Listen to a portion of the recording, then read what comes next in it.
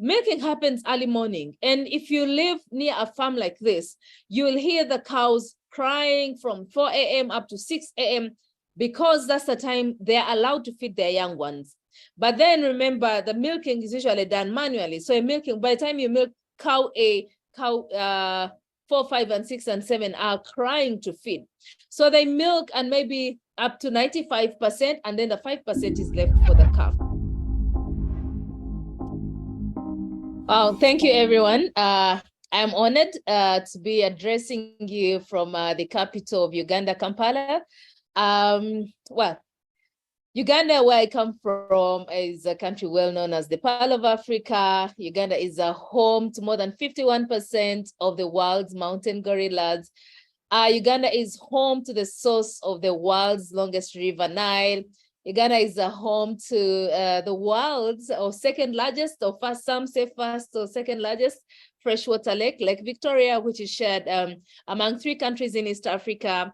Though I am addressing you from the capital, Kampala, I come from southwestern Uganda in a district called Rukunjiri, where more than 90% of the population are farmers. So basically, that's a simple brief about me. And as we go through this presentation, I'll basically be sharing more about my story, more about my experiences and what I have witnessed. I'm the founder and executive director of the Uganda Vegan Society. It was founded in 2019, and we are a non-profit organization. What we do basically is we advocate for reduced animal consumption and also animal products, reduced animal cruelty, healthy eating habits, compassion towards farm animals, environmental protection, and so much more. Basically, this is who we are, I could say. Like I said, that's our mission, that's our vision. But all in all, if I'm going to sum it up, is we advocate for increased consumption of plant-based foods or vegans or vegan food, and reduced cruelty towards farmed animals. And also, this is like a breakdown of what we do. The vegan school lunch, which is what you're seeing in the photo there. What we do during the vegan school lunch, we go to different schools and train their cooks and caterers, and maybe also their chefs in the cafeterias, how they can make tasty, affordable vegan meals and for the children. And what the children are eating right there is one of the amazing dishes that we prepared. And as you can see, the children are really having fun. I also coordinated the world's first Africa Vegan Restaurant Week, which featured in The Guardian UK, VOA News, and several other websites and televisions, both in Africa and Uganda. And of course, we as well participated as the Uganda Vegan Society. It was first of its kind. It happened in January this year. And I can tell you it was a great success, and we should be having another one next year. So you can always look out for it. Just can check out the website, Africa Vegan Restaurant Week, and maybe you could recommend it, you know. And we do Veg Fest, we do vegan and animal rights advocacy, and then also we do research related to farmed animal. Now here is an overview of animal agriculture in Uganda. That's what I can say. Basically, like I said, agriculture is the backbone of Uganda's economy, and that includes livestock farming. Uganda basically is predominantly an agriculture economy, and livestock farming plays a significant role in both the country's agricultural sector and the country's development. And those there, cattle, goats, sheep, pigs, chickens, and so much more are some of the commonly raised animals. They are raised for livelihood and also as a source of food. Then also traditional farming practices. Many Ugandans, especially those living in rural communities, like where I come from in the southwestern of Uganda, are still adhere to traditional farming practices because there is still the districts there or that part of the region, like they are sparsely populated. So there is plenty of land, and Uganda has good climate. So there is food for the animals, there's grass and so much more. So they're still practicing traditional farming practices, which we could call like free range for cows, free range for chickens and the others. So battery cages are here, cattle paddocks are growing, especially in the urban settings due to increased population growth, and of course, Western influence and also increased demand for animal products like chicken, like eggs, and beef, both for home consumption and export. Animal welfare is increasingly becoming a concern right here in Uganda. And of course, this comes to things like transportation. I'll later share about what the law says, but there's too much cruelty involved in transportation of cattle. If you are, these cows actually move over, I could say, like 10 hours, you know, from like the west, the north, or even the south of Uganda up to the capital, Kampala, no water, no food. And when they're moving in trucks, they're tied by their tails, they're tied by their hooves, no food, no nothing. It's really a traumatizing experience. Pigs tied on small motorcycles, you know, moving long distances to slaughterhouses. Hens are just, they're not even taken slaughterhouses because hens are just, you know, slaughtered back at home. There is inadequate veterinary care being a developing country. That's quite common. And of course, with increased pollution, the feeds for these animals is also, you know, getting polluted and also reducing in quality and quantity. So veterinary care is still inadequate. Poor housing conditions. You wouldn't want to look at the houses where the pigs are staying. It's a nightmare. Pigs are staying on tiled floors, you know, very dirty and filthy places. Battery cages, like I said, are also increasingly growing. And there's also a limited access to feed and water. There are some parts of the country that are semi-arid, like northeastern part of Uganda, which is a region called Karamoja. So there is competition for food and water between the people and the animals. So it's also quite a challenge.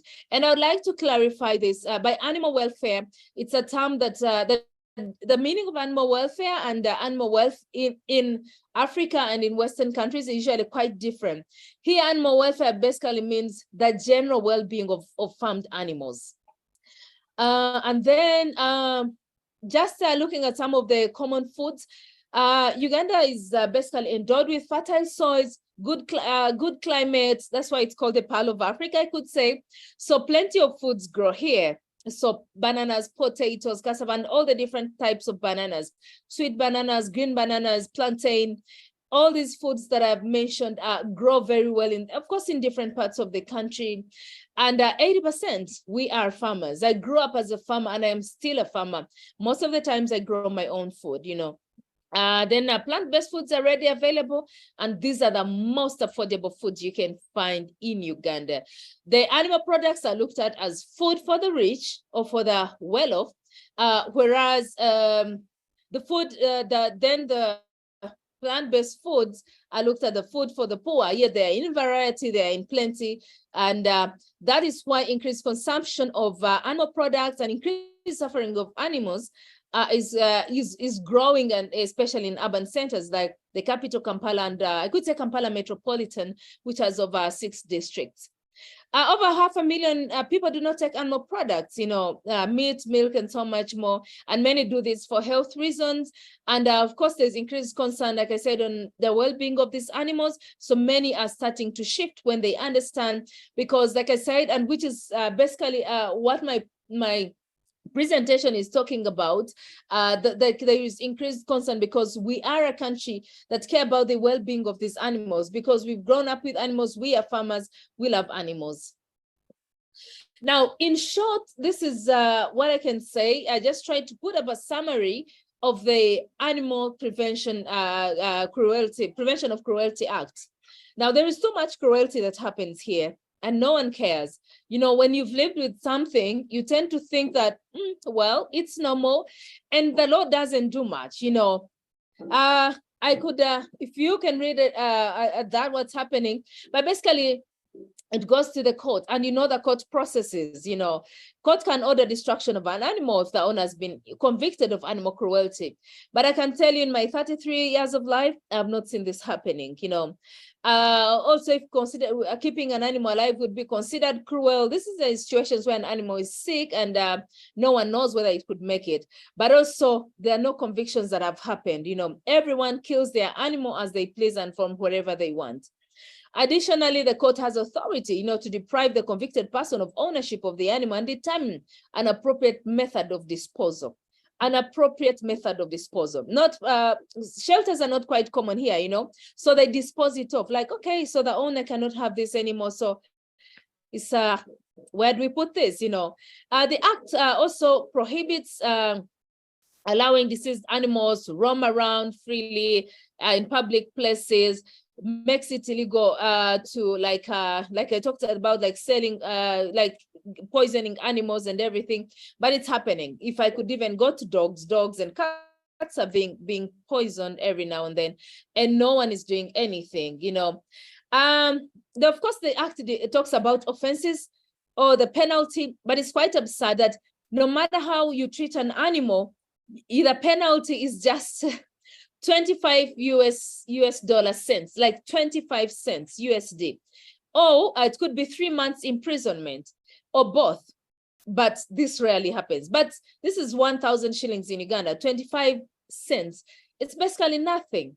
So if this is all I'm going to be accounted for if I treat an animal in a cruel manner, so people don't care. That's why there's too much cruelty that happens in this country. And of course, let me talk about a simple background about my culture. Traditionally, we are a society that respects, treasures, and loves animals to the extent that it's a source of prestige and wealth. In traditional cattle keeping communities in Uganda, like Karamoja, which is northeastern Uganda, and then there is Ankole and Kigezi sub-regions, which is like the western and southwestern part of Uganda. The more cows one has, the respect he earns in society, you know. So, and cows are counted in hundreds. So the more hundreds you have, you know, so it's a question of who has more cows. And in most of these communities, actually, these people do not slaughter these cows. They love them, they treasure them. They're treated more, I couldn't call them companion animals, yeah, because they don't live exactly in their homes, but there's proper treatment. And the cow would live until it dies. But of course, with being a developing country, sometimes they will have to sell them off, you know, so they can raise some money for food, some money for medical care, and some money, you know, to educate their children. African societies often have strong cultural beliefs regarding the relationship between humans and animals. Now, many African cultures, even here in Uganda, historically, we believe that animals should be treated with respect and gratitude for providing food, clothing, and other resources. Sadly, we want them to be treated with respect because we want something from them. But we love them, we treasure them. There are cultures where they don't even beat the cows. There's that whole relationship between cows. Now, like a society I talked about, like Ankole, Kigezi, Karamoja, and even the Turkana in Kenya, they would easily pick interest in things like improved animal welfare. It's part of their culture. They already love these animals. They already treasure these animals, you know. But sadly, poverty is forcing them to sell some cows to the city abattoirs to afford like the other life necessities. But there's that whole relationship. If you visit some of these farmers, came to their farms, the cows, they call the cows by names, the cows listen to them, like there's that whole deep relationship, which is why I'm doing this presentation saying that there is already an existing relationship. You are not starting from zero. We are not starting from zero. So how about we ride on this relationship, on how much they treasure these animals and, you know, promote a reduced cruelty, promote letting these animals live to their full potential, promote increased consumption of plant-based products instead of promoting increased cruelty. So this is basically what we are doing as Uganda Vegan Society. And then there is still existence of sustainable farming methods, like I said, free range. And that right there is me. I was visiting one of the farms And this is how much the cows move around. You can touch them, you can play with them, you can, like, they love us. They communicate so much. And these are local cows, so they're not they're not raised for milk and meat, and they were traditionally raised for prestigious purposes.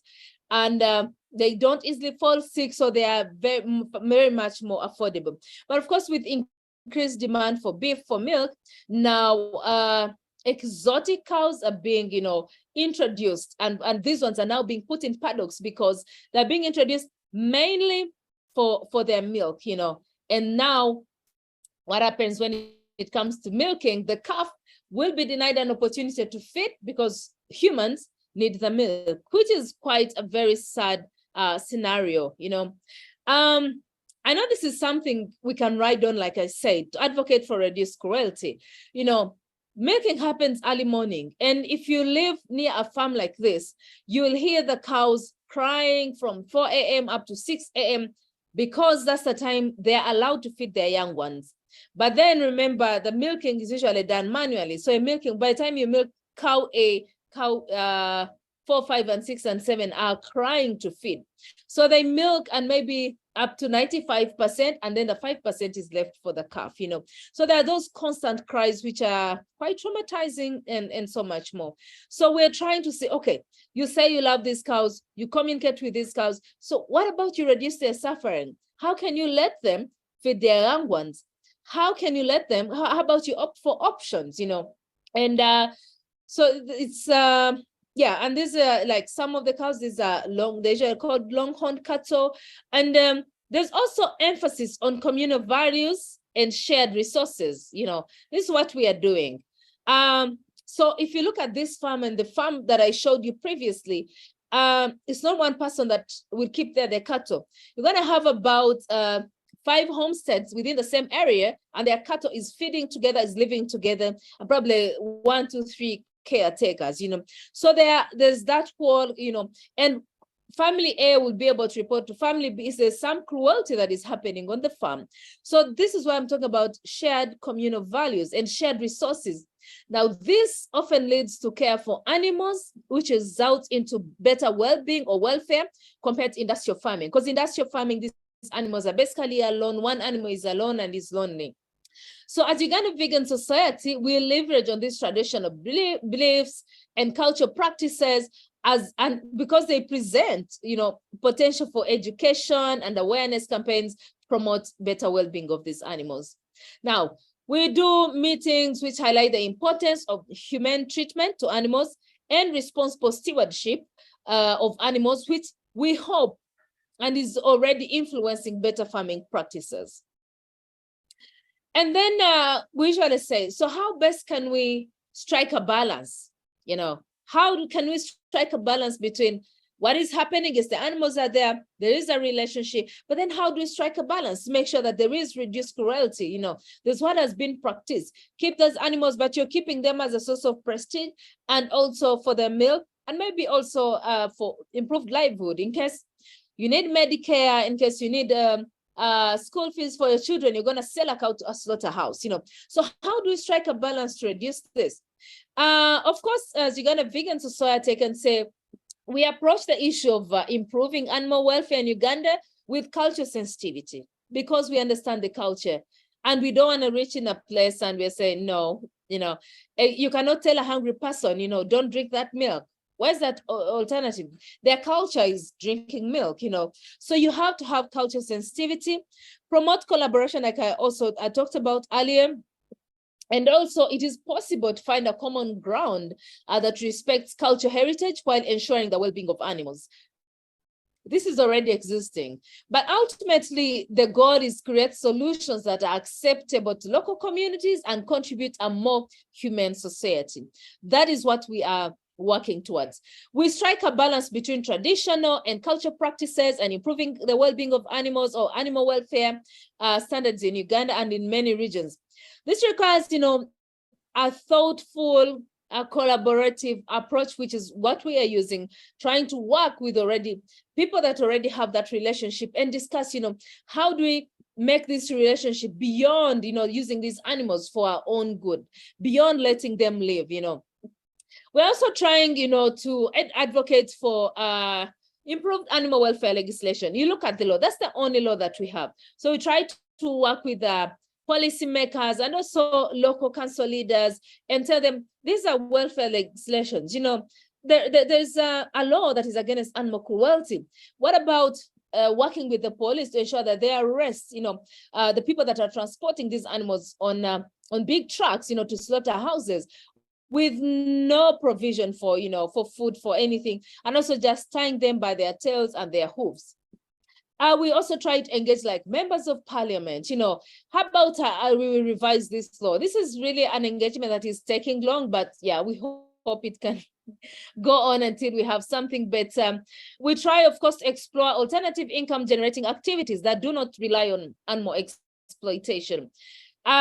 In communities where the lands are fertile, we try to partner with different government agencies, because government of Uganda has a tendency of giving, let's say, like piglets, calves, goats to people, to locals, as a form of livelihood improvement. So we engage like the Ministry of Agriculture. What about giving them seedlings so that they can have mangoes, so they can have avocados, so they can have bananas, so that they can have beans? These are more affordable and these are even easy to take care of. So we are trying to look at, and this is also an income generating activity. They can, have food at home and as well sell the surplus. And also we promote sustainable livelihoods that combine cultural practices with ethical animal care, share success stories and best practices that have happened in different regions. This is something that has worked. We have people that have put in place better animal welfare policies, and they come and share their stories, share how it's going. And also the people that already have an existing relationship between them and the animals, they share how they manage to create that relationship and what their goats and cows mean to them and why they cannot slaughter them because they need food. And then we use mass media and storytelling.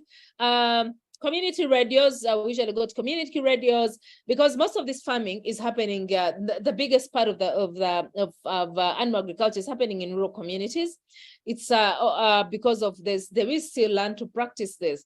So we use community radios to tell them about transportation, better veterinary care, better feeding, and how they can, treat these animals better, and tell them about alternatives. We also use storytelling techniques. This is a treasured traditional practice of conveying knowledge and values in many African cultures. So we use this to explain the ethical treatment of animals, health of animals, and also the impact of increased consumption of animal products on their health, environmental benefits of going vegan. And then we talk about alternative foods, like I said earlier. There is emphasis on increased consumption of African cuisines that are plant-based, that are accessible and are affordable, such as legumes, grains, vegetables, and fruits.